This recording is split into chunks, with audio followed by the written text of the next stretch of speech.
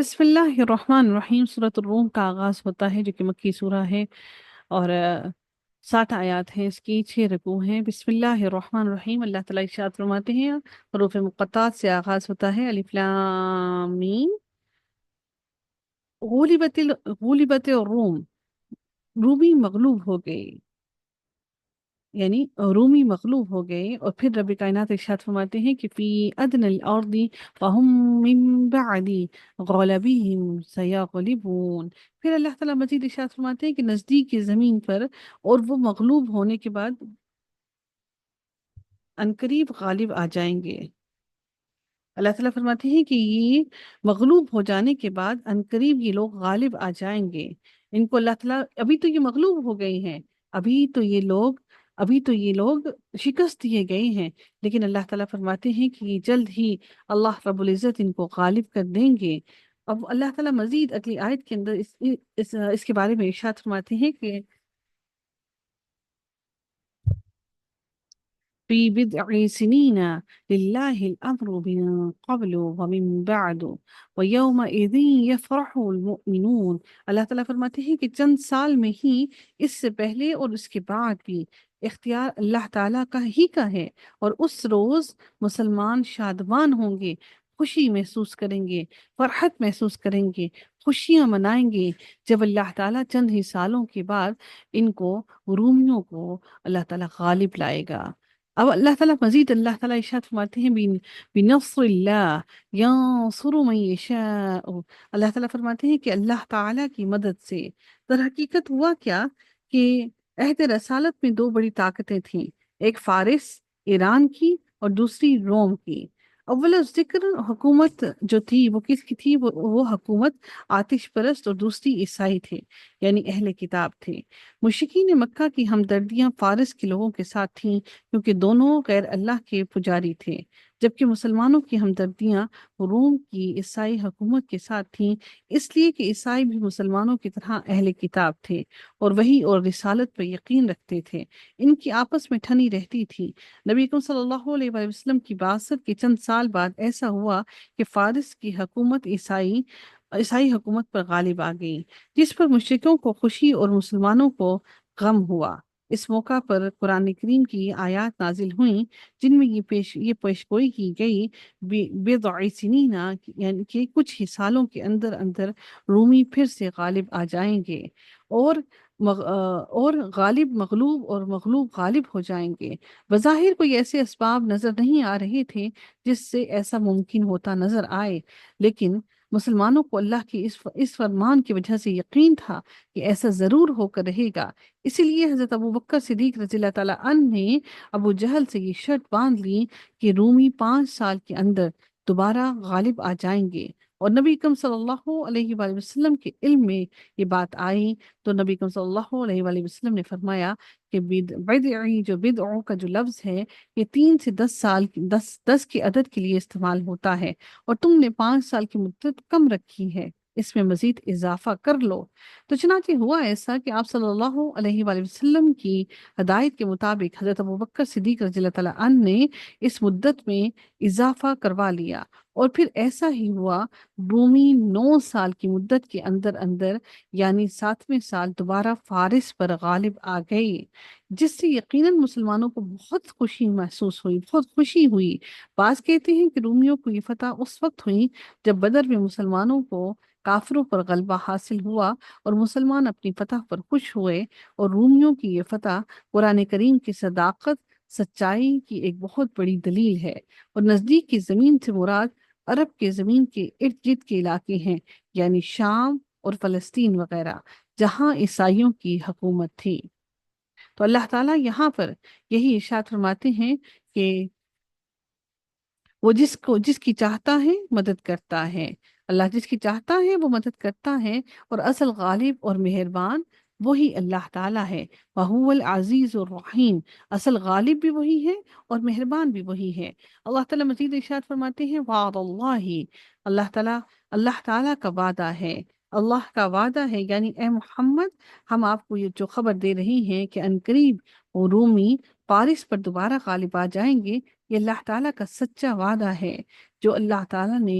آپ سے کر دیا اور جو اللہ تعالیٰ نے یہاں پر بیان کر دیا، اور اس مدت کے اندر اندر یہ وعدہ یقیناً ضرور پورا ہوگا۔ پھر رب کائنات فرماتے ہیں لا یخلف اللہ وعدہ ولکن اکثر الناس لا یعلمون، اور اللہ تعالیٰ اپنے وعدے کے خلاف نہیں کرتا، لیکن اکثر لوگ اس کا علم نہیں رکھتے کہ اللہ تعالیٰ اپنے وعدے کے خلاف نہیں کرتا، بلکہ اللہ تعالیٰ سے بڑھ کر وعدے کے اندر سچا کون ہو سکتا ہے، لیکن اکثر لوگ یہ نہیں جانتے۔ پھر رب کائنات ارشاد فرماتے ہیں یعلمون ظاہرا من الحیات الدنیا، وہ تو صرف دنیا کی زندگی، ظاہری زندگی کو ہی جانتے ہیں، اور وہ آخرت سے تو بالکل ہی بے خبر ہیں۔ وَهُمْ عَنِ الْآخِرَةِ هُمْ غافلون، یہ آخرت سے تو بالکل بے خبر اور غافل ہیں۔ یعنی اکثر لوگ دنیا کے معاملات میں خوب علم رکھتے ہیں، خوب معلوم ہے، ان کو مہارت بھی ہے، لیکن آخرت کے معاملات میں یہ لوگ مکمل طور پر غافل ہیں، جس کا نفع مستقل اور ہمیشگی کا ہے۔ یہ اس کے نفع سے، اس کے فائدے سے،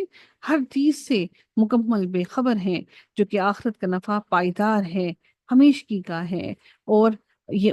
اس سے مکمل غافل ہیں۔ پھر رب کائنات ارشاد فرماتے ہیں اولم یتفکروا فی انفسهم ما خلق اللہ السماوات والارض وما بینہما الا بالحق واجل مسمى۔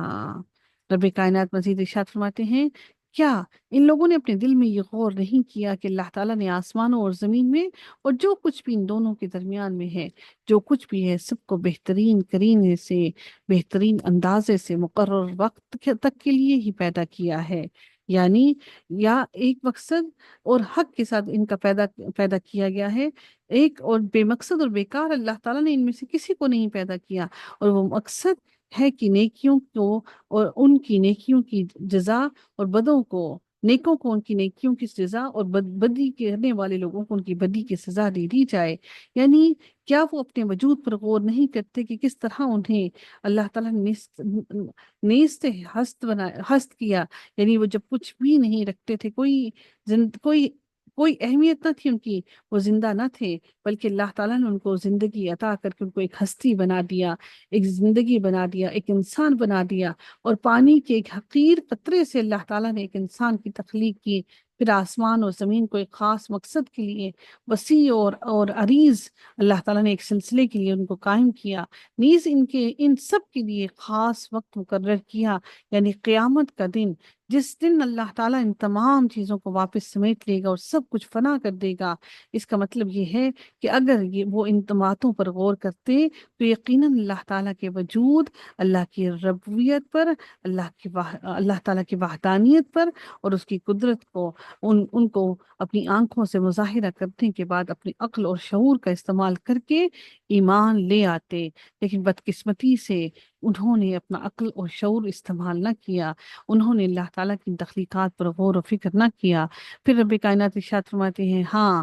اکثر لوگ یقیناً اپنے رب کی ملاقات کی منکر ہیں، وہ اس روز قیامت کے انکاری ہیں کہ ہم اللہ تعالیٰ کی طرف اکٹھے کیے جائیں گے۔ اللہ تعالیٰ بلقاء ربهم لکافرون، اللہ کی ملاقات کے انکاری ہیں۔ اولم یسیروا فی الارض فینظروا کیف کان عاقبۃ الذین من قبلہم۔ پھر اللہ تعالیٰ ارشاد فرماتے ہیں کیا انہوں نے زمین میں چل پھر کر یہ نہیں دیکھا کہ ان سے پہلے لوگوں کا انجام کیسا برا ہوا، اور وہ ان سب سے زیادہ توانا اور طاقتور تھے، یعنی یہ طاقت میں اور توانائی میں ان سب سے زیادہ تھے۔ اب آج وہ لوگ سوائے کھنڈرات کی اور عبرت کی نشانیوں کے علاوہ کچھ نہیں رہے۔ اب یعنی اللہ تعالیٰ فرماتے ہیں کہ کیا انہوں نے زمین میں چل پھر کر یہ مشاہدہ نہیں کرتے کہ وہ لوگ جو طاقت میں بھی زیادہ اور عمر میں بھی زیادہ، اور اللہ تعالیٰ نے ان کو سمجھ میں بھی زیادہ دیا، اور اس کے باوجود آج وہ سوائے کھنڈروں کے کچھ بھی نہیں ہیں، تو اللہ تعالیٰ نے ان کا انجام کیسا کیا۔